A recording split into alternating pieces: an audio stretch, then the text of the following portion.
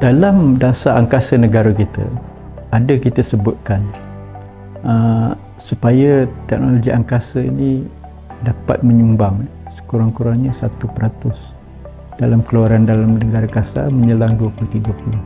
Perkiraan kita 100% itu pada ketika itu ialah tidak kurang daripada 10 bilion.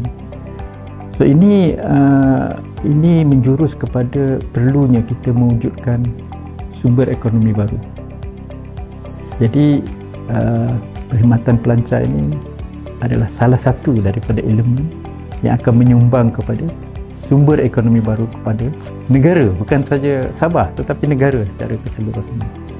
Dan yang kedua ialah kita menginginkan supaya dengan adanya atau wujudnya elemen-elemen baru ini akan menyediakan sekurang-kurangnya 5,000 peluang pekerjaan baru kepada generasi akan datang.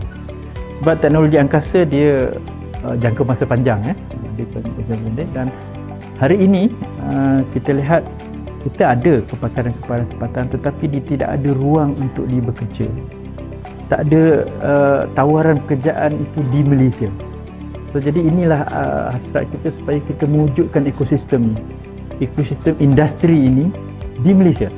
Industri kita sendiri yang mana menawarkan ruang pekerjaan kepada generasi kita, generasi muda kita dan juga lokal aspek lah.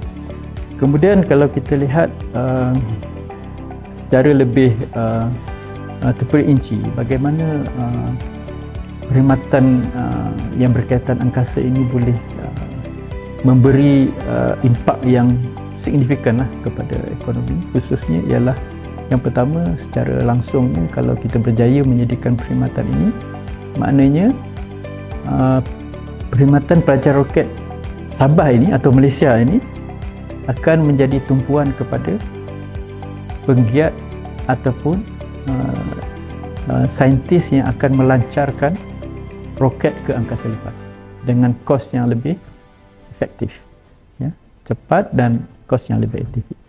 Yang keduanya ialah Sabah sendiri mungkin mempunyai potensi untuk mengembangkan industri E&E mereka, ya, dalam ekosistem industri elektronik, ya. Selain daripada itu, kalau kita lihat di negara-negara lain, perkhidmatan pelancar roket ini juga memberikan faedah kepada industri pengangkutan di negara berkenaan. Apatah lagi ia melibatkan pengangkutan peralatan-peralatan atau teknologi yang tinggi. Ini antara yang mungkin boleh dimanfaatkan lah sekiranya perkhidmatan pelancar ini dapat dibangunkan. Kemudian satu yang jarang orang melihat ialah elemen baru dalam permintaan peringkat global hari ini ialah adanya elemen tourism terhadap teknologi tinggi. Dan ini jarang lagi, belum lagi pun orang melihat, tetapi setengah negara telah mula melihat supaya teknologi ini menjadi satu elemen tourism baru kepada rakyat keseluruhan. Saya kira elemen-elemen ini mungkin boleh menyumbang kepada pertumbuhan ekonomi baru kepada Sabah dan juga mungkin kepada negara keseluruhan. Pada tahun lepas bila Yang Menteri mesti memaklumkan atau melancarkan garis panduan, so kita memberikan tempoh kurang setahun kepada semua pihak yang berminat untuk menyediakan laporan kajian kebolehtlaksanaan.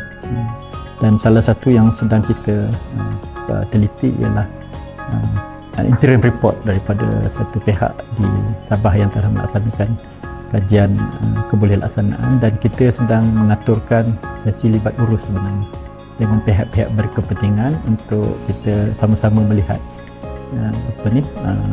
preliminary report yang dikemukakan oleh pihak yang berkenaan untuk kita membuat langkah selanjutnya, ya, termasuk dari segi memberi khidmat nasihat yang mungkin diperlukan oleh pihak yang akan melaksanakan pada masa akan datang.